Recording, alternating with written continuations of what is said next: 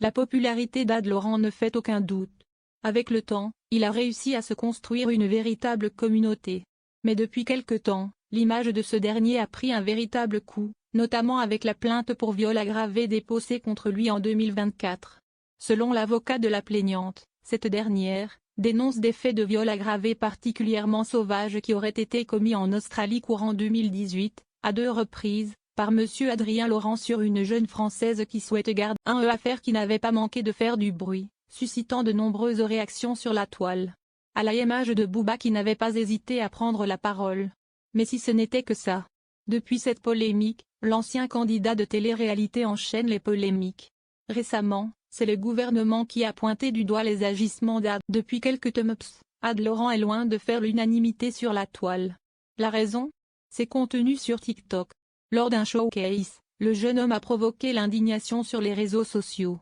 Sur les vidéos, on peut voir une jeune femme en pleine simulation d'un acte sexuel avec un spectateur. Mais ce n'est pas tout. Dans une autre, on peut voir l'ex-candidat de télé-réalité en plein rapprochement osé avec une danseuse. Des scènes qui ont énormément fait. Et récemment, c'est le gouvernement qui a été interpellé par les agissements de l'influenceur.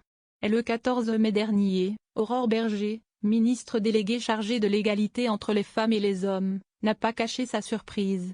Indignée, la femme politique n'est pas passée par 4 chemins et a directement saisi la direction de TikTok France afin de dénoncer Ad Laurent qui, selon elle, banalise une vision déformée et toxique de la sexualité. Suite à cette intervention, la plateforme n'a pas tardé à agir. Résultat, l'influenceur a vu son compte TikTok désactivé. Un acte que la ministre n'a pas manqué de saluer. La situation a clairement pris une autre tournure. En effet, Ad Laurent était loin de s'imaginer se retrouver dans une telle affaire. D'ailleurs, face à sa suppression de son compte et aux accusations qui pèsent sur lui, l'ex-star de télé-réalité a décidé de prendre la parole.